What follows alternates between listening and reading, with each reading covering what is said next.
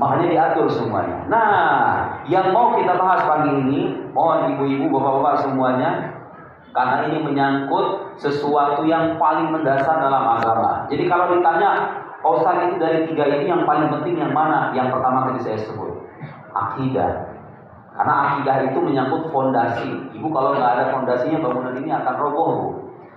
Akidah itu seperti fondasi. Nah sayangnya sekarang orang-orang Islam mengira bahwa beragama itu cukup dengan sholat, cukup dengan menghadiri majelis taklim, cukup dengan sholawatan aja, akidahnya nggak dipelajari. Oh hati-hati, itu berdosa itu.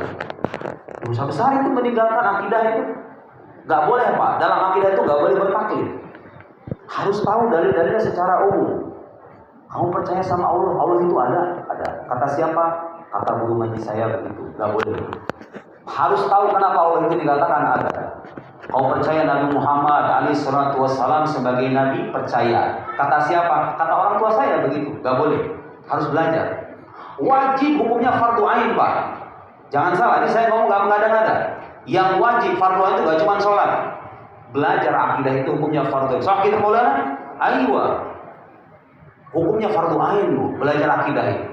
Jadi saya sekarang pagi hari ini ingin membahas agak serius karena ini menyangkut hal yang paling mendasar dalam agama kita Bapak Ibu sekalian. Menyangkut akidah, harus tahu mana akidah yang benar, mana akidah yang menyimpang. Emang ada Ustaz akidah yang menyimpang? Banyak. Di medsos sekarang banyak Bu. Anak-anak kita itu jadi korbannya. Ya ada Ustaz berjenggot, kemudian Masya Allah jidatnya hitam, mengatakan Allah fis sama. Allah itu di langit, duduk di langit. Saya waktu pulang dari Mesir, ada adik saya itu nanya sama saya, gara-gara di bukunya ada pertanyaan, di mana Allah? Ada pertanyaan di mana Allah? Jawabannya apa katanya? Di langit. Ada kan Bu yang meyakini begitu kan? Allah itu di langit katanya? Itu akidah salah. Itu bukan akidah Ahlus Sunnah wal Jamaah yang akan saya paparkan. Lihat Bu, ini saya nggak bawa semuanya, hanya bawa sebagian aja. Supaya bukti bahwa saya ngomong gak ngasal-ngasal. Saya belajar beginian hampir 9 tahun di Mesir. Belajar akidah Ahlussunnah wal Jamaah itu bertahun-tahun. Sekarang datang orang baru belajar hijrah setahun 2 tahun, kemudian mengkafir-kafirkan dan menyalah-nyalahkan ulama-ulama besar kita. Zaman medsos seperti sekarang Pak, hati-hati itu. Banyak anak-anak muda, banyak konten-konten kreator yang kadang nggak tahu dan nggak sadar diri menyalahkan para ulama-ulama besar yang belajar akidah itu hampir kalau dan berkata separuh mungkin 1/4 dari hayatnya, bahkan mungkin sebagian besar hayatnya untuk agama disalah-salahkan sama anak-anak zaman sekarang itu. Ya Allah ya Karim. Oke, ibu-ibu sekalian, bapak-bapak sekalian, akidah itu saya tadi katakan menyangkut fondasi agama. Dari kata akad itu artinya ikatan, mengikat, karena disebutnya mengikat kita. Kalau kita sudah percaya Allah itu ada, Muhammad alaihi salatu wassalam sebagai nabi akhirat itu ada, maka kita terikat dengan keyakinan itu. Kalau diingkari selesai, bukan muslim lagi. Akidah itu begitu. Kalau salah atau mengingkari yang pokok, maka kita nggak jadi muslim lagi. Bagaimana hasilnya kalau nggak jadi muslim? Wal'iyadzubillah, abadi di neraka. Jadi ini ilmu Bu, kalau nggak dipelajari, taruhannya adalah neraka. Ayo, Ibu masih sadar nggak bahwa belajar akidah itu hukumnya fardu ain? Setiap muslim yang baligh, yang akil, wajib hukum mempelajari akidah. Baik, apa itu akidah Ahlus Sunnah wal Jamaah? Itu akan kita bahas. Ibu-ibu sekalian, karena saya sekarang punya keterbatasan waktu, gak bisa memberi semua dasar-dasar akidah. Silakan ibu nanti pergi ke Shopee yang suka belanja ya. Silakan yang suka belanja, adik-adik, bapak-bapak semuanya yang suka belanja. Saya udah nulis buku dasar-dasar akidah Ahlus Sunnah wal Jamaah untuk pemula. Ini cuma 200 halaman tipis. Kalau ibu baca 5 hari juga selesai. Ini wajib loh. Bukan wajib baca buku saya, tapi wajib mempelajari. Saya hanya membantu dan memudahkan untuk orang Indonesia. Ini yang dulu kita pelajari di Al-Azhar Syarif, Ummul Barahin karya Imam Sanusi, ya, yang mengkaji akidah-akidah menyimpang yang kita jumpai sekarang. Rincian nanti bisa dibaca. Saya akan menjelaskan yang umum-umum saja, karena sekarang Pak Bu muncul nih aliran-aliran yang bertentangan dengan Ahlussunnah wal Jamaah. Bapak Ibu tahu nggak bahwa apa yang tadi kita lakukan tadi pagi itu ada kelompok-kelompok di luar sana yang begitu bagian dari kemusyrikan. Kalau kita bertawassul kepada Nabi, itu musyrik bagi mereka. Ada kelompok yang kayak begitu. Dengan alasan apa? Itu merusak kemurnian tauhid. Kalau tawassul, ziarah kubur, bertawassul dengan wali, merusak kemurnian tauhid. Ada itu Pak orang kayak gitu. Disangkanya itu mirip dengan orang jahiliyah dulu yang menjadikan patung-patung sebagai sesembahan selain Allah. Kita disamakan sama mereka. Kalau kita bertawassul dengan Nabi, dengan orang-orang soleh, disangkanya kita itu menyamakan atau menyembah sosok-sosok agung itu. Padahal tak ada Pak. Ini saya jamin. Dari ujung pojok sana sampai ujung pojok sana, ada nggak Bu yang nyembah Nabi Muhammad? Ada nggak? Nggak ada. Ada nggak yang menyembah Syekh Abdul Qadir Jilani? Ada nggak? Yang nyembah Imam Ghazali ada? Nggak ada. Nggak ada. Itu hanya halusinasi mereka aja. Ahlus sunnah wal jamaah membolehkan, akidahnya membolehkan tawassul kepada anbiya, kepada salihin, dan itu nggak bertentangan dengan ajaran tauhid. Di saat sekarang ada kelompok-kelompok yang suka mengharamkan itu, memusyrik-musyrikan saudaranya sendiri, ya, terus mengira dan menampilkan diri kita ini ahlus sunnah wal jamaah, nahnu muwahhidun, kita ini ahli tauhid, kalian itu menjurus pada kemusyrikan, enggak? Ayo harus kita jelaskan ya, ahlus sunnah wal jamaah itu tidak pernah mengharamkan apa yang dipraktekkan oleh umat muslim sepanjang zaman, tawassul kepada Nabi, berziarah, beristighatsah dan lain-lain. Saya akan jelaskan secara ringkas apa itu ahlus sunnah wal jamaah. Ahl artinya kelompok atau golongan. Sunnah artinya sunnah Nabi Muhammad SAW. Jamaah, apa artinya jamaah? Udah beda pendapat. Saya berikan pendapat yang ringkas-ringkas saja. Satu pendapat mengatakan jamaah itu ashabun Nabi alaihi salatu wassalam, sahabat-sahabat Nabi. Ulama lain menyebutkan al-jamaah itu artinya ahlul ilm. Ahlul ilm artinya orang berilmu. Ulama-ulama, mayoritas ulama di kalangan umat Nabi Muhammad itu namanya jamaah. Satu pendapat lain mengatakan jamaah itu as-sawadul a'dzam, mayoritas umat Islam. Nah, dari makna ini maka kita bisa simpulkan ahlus sunnah wal jamaah adalah golongan umat muslim yang berpegang teguh pada sunnah Nabi Muhammad sallallahu alaihi wasallam dan ajaran para sahabatnya, juga yang mengikuti jejak mereka dalam akidah, dalam syariat, dalam akhlak. Karena Islam itu terangkum dalam 3 hal tadi. Jadi kita ini Bu, namanya ahlus sunnah wal jamaah. Kenapa? Karena kita berpegang teguh sama sunnah Nabi sallallahu alaihi wasallam. Ya, kemudian kita juga berpegang teguh pada ajaran para sahabatnya yang mulia. Sekarang muncul kelompok orang-orang yang suka menghina sahabat, Pak, seperti kelompok Syiah misalnya. Itu bukan ahlus sunnah. Bukan ahlus sunnah. Ada orang-orang Syiah yang punya pandangan negatif tentang sahabat dengan alasan bahwa yang berhak menjadi imam setelah Nabi itu adalah Sayyidina Ali bin Abi Thalib. Kemudian kadang-kadang yang ekstrim mencaci maki Abu Bakar, Sayyidina Umar. Itu bukan ahlus sunnah wal jamaah. Berpegang teguh pada sunnah Nabi Muhammad sallallahu alaihi wasallam dan ajaran para sahabatnya, juga para ulama yang berjalan di atas jalan mereka. Dan itulah sawadul a'dzam atau mayoritas umat muslim di dunia. Oke, apa inti-inti dari mazhab ahlus sunnah ini? Saya pengen jelasin itu sekarang supaya kita bisa ngebedain nih bedanya ahlus sunnah dengan kelompok-kelompok yang menyimpang itu. Wahabiyah, Salaf. Apa saya sebutin ya? Gak ada orang Wahabi sini kan? Gak ada orang Wahabi. Aman ya? Gak ada orang Wahabi. Bagus. Wahabi tahu Wahabi? Pengikut Muhammad ibn Abdul Wahhab dan pengikut Ibn Taymiyah. Itu dua-duanya pembawa bid'ah. Tapi mereka sering nuduh kita ini ahlus sunnah sebagai ahlu bid'ah. Coba bayangkan. Kita bahasa mafahim. Ya zaman sekarang itu asrul fitnah, zaman fitnah. Yang bukan ahlus sunnah ngaku ahlus sunnah, yang ahlus sunnah benar dibidah-bidahin. Makanya kita harus tahu.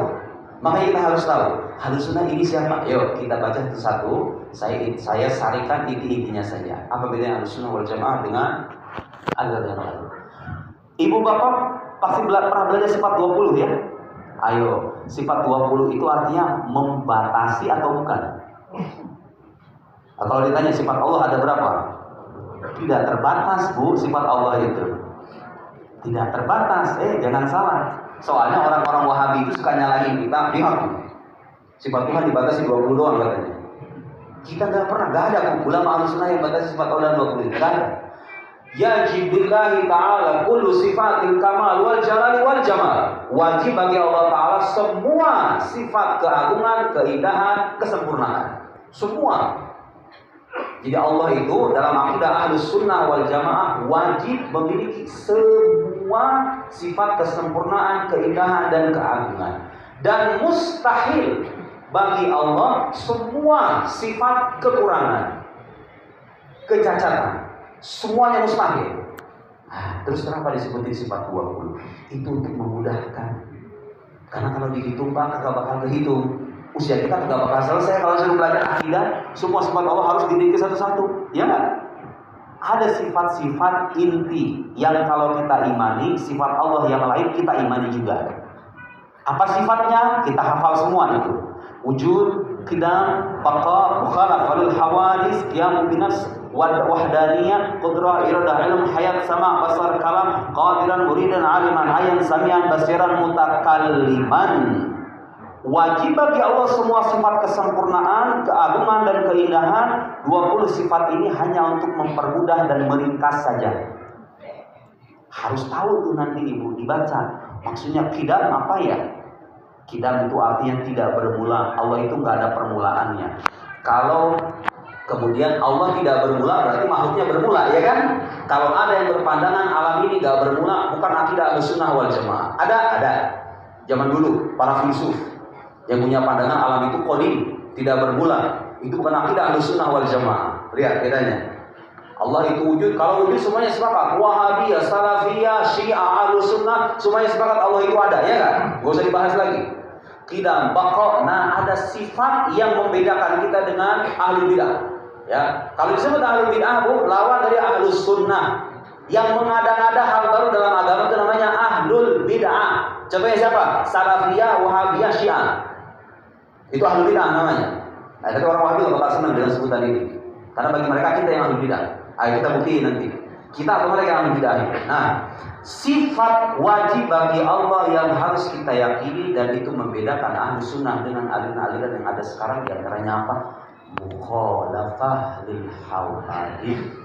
Allah itu beda dengan makhluknya, tidak punya kesamaan dengan makhluknya. Emang ada Ustaz yang menyamakan Tuhan dengan makhluk? Ada. Sadar atau tidak? Kadang-kadang mereka nggak sadar aja. Ayo, ibu kalau ditanya sekarang, ada pertanyaan, Allah ada di mana? Sekarang muncul aliran dan orang-orang yang meyakini Allah itu bersemayam di langit. Allah itu bersemayam di arsy. Yang sangat kita sayangkan terjemahan bahasa Indonesia, Al-Quran bahasa Indonesia, gak tahu sekarang direvisi apa enggak. Ar-Rahman 'alal 'arsy istawa, itu artinya Ar-Rahman, Tuhan yang Maha Pengasih, istawa, bersemayam di atas arsy. Bapak boleh cek nanti ya, tanya sama ulama-ulama yang ahli Ahlussunnah wal Jamaah, benar gak itu terjemahan Allah bersemayam? Ini bersemayam. Beda dengan makhluk Tuhan itu, jangan disamakan. Ya, itu akidah Ahlussunnah wal Jamaah. Tidak pernah ada yang menyebutkan bahwa Allah itu yahul fis sama, bimana annahu apa? Jadi dia bertempat di langit, dalam arti dia bersentuhan dengan langit. Mumassa itu bersentuhan begini. Wal istiqrar, menetap di langit. Tidak pernah ada. Tidak pernah ada Ahlussunnah yang menyebutkan bahwa Allah itu yastaqir fis sama, bimana yajlis fis sama, duduk di langit seperti ini. Enggak. Itu beda. Terus kalau pertanyaan di mana Allah, apa jawabannya, Pak? Jawabannya adalah menyalahkan pertanyaan itu sendiri. Pertanyaannya salah. Ya, ini pertanyaan salah. Kalau kita bertanya di mana gelas, jawabannya gelas ada di atas meja. Pertanyaan ini sah kan? Karena gelas itu memiliki tempat. Betul? Buku ini bertempat, saya bertempat, semua kita bertempat. Allah Subhanahu wa taala punya sifat mukhalafah lil hawadits. Beda dengan makhluk, berarti Allah tidak bertempat. Tidak bertempat artinya tidak menetap di makhluknya. Ayo, sekarang saya mau pakai logika sedikit ya. Ibu, kalau seandainya dibilang Allah itu ada di langit, dalam arti menetap di langit atau menetap di arsy, saya mau nanya sekarang, sebelum adanya langit, sebelum adanya arsy, Allah di mana ya? Gak bisa dijawab kan? Di mana itu? Gak bisa dijawab. Berarti kalau seandainya Allah menetap di langit, tadinya kan gak menetap tuh. Tadinya gak menetap, kemudian menetap. Berarti ada perubahan dong dalam diri Allah, ya gak? Ada perubahan. Ahlus sunnah wal jamaah menegaskan Allah tidak berubah. Yang berubah itu adalah alam, yang berubah itu adalah sesuatu yang hadis. Hadis itu sesuatu yang ada dari ketiadaan, Pak. Kayak kita ini, namanya hadis, bukan hadis, ya. Kalau hadis itu sabda Nabi, hadis, sesuatu yang ada dari ketiadaan, kayak kita ini. Nih, tadi saya datang ke sini, saya belum bertempat. Tadinya saya nggak bertempat di atas kursi, sekarang saya bertempat. Ada perubahan nggak dalam diri saya? Ada. Kalau ibu mengatakan Allah ada di langit, dalam arti menetap di langit atau di arsy, sadar atau tidak, Anda sudah menetapkan perubahan pada zat Allah Subhanahu wa Ta'ala, seolah-olah tadinya tidak menetap kemudian menetap. Itu bukan akidah Ahlus Sunnah wal Jamaah. Nanti saya bacakan, Pak. Kalau perlu referensi saya bacakan. Saya bacakan secara umum dulu. Kemudian ada ayat-ayat dalam Al-Quran yang kalau kita pahami maknanya itu seolah-olah ada keserupaan dengan makhluk. Pernah nggak mendengar kata yad dalam Al-Quran? Yad. Yadullahi fawqa aydihim. Apa artinya yad dalam bahasa Indonesia? Tangan.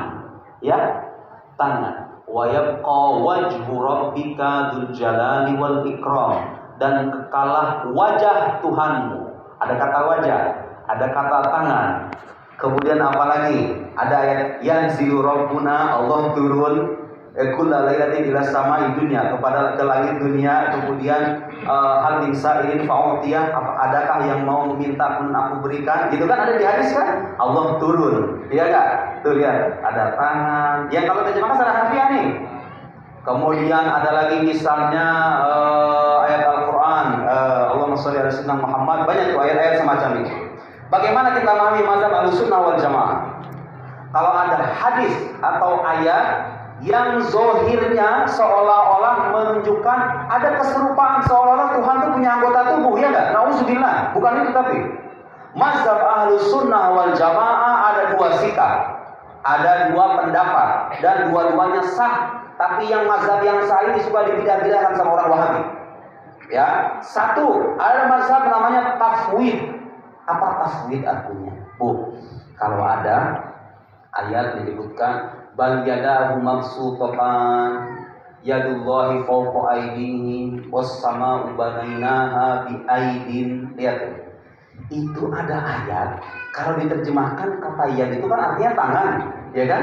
Yang menarik, Bu, itu ada kata yad dalam bentuk mufrad, dalam bentuk musanna, dalam bentuk jamak, ya kan? Yadullah fawqa aydihim mufrad, satu tangan. Bal yadahu mabsutatan, dua tangan. Yadahu, dua tangan. Kemudian ada ayat lain menyebutkan was-sama'u banainaha bi aydin, banyak tangan. So itu tangan Allah ada berapa? Kalau saya diartikan tangan, ya kan bermasalah tuh. Maka jangan diartikan tangan. Kalau diartikan tangan bermasalah. Yang satu bilang satu, yang satu bilang dua, yang satu lagi bilang banyak. Itu tangan Allah ada berapa dong kalau gitu? Nah, itu ayat yang kalau dipahami secara zahirnya bermasalah. Bagaimana caranya mazhab Ahlussunnah wal Jamaah dua sikap ketika ada ayat-ayat apapun yang zahirnya seolah-olah menunjukkan ada keserupaan dengan makhluk, maka diserahkan makna hakikinya kepada Allah Subhanahu wa Ta'ala. Jadi kalau ditanya yadullah fawqa aydihim, apa makna yad itu? Allahu a'lam. Nufawwidul amr ilallah. Kita serahkan makna yang jelas kita harus percaya. Yang jelas kita harus percaya bahwa yang ini adalah sifat Allah, tapi maknanya kita nggak tahu. Itu namanya tafwid. Mazhab yang kedua, dan ini yang sering bidah-bidahkan sama orang Wahabi, mazhab takwil. Takwil artinya memalingkan makna zahir dari sebuah lafaz ke makna yang lain yang masih terkandung oleh lafaz itu. Bu, Kalau sekarang saya bilang Indonesia berada dalam tangan genggaman Belanda, apa maksudnya? Apa bagus? Kekuasaan. Kadang-kadang tangan itu maknanya adalah kekuasaan. Makanya ulama Imam Tabari misalnya ketika menafsirkan yadullah fawqa ainihim ayat quwwatullah fawqa quwwatihim.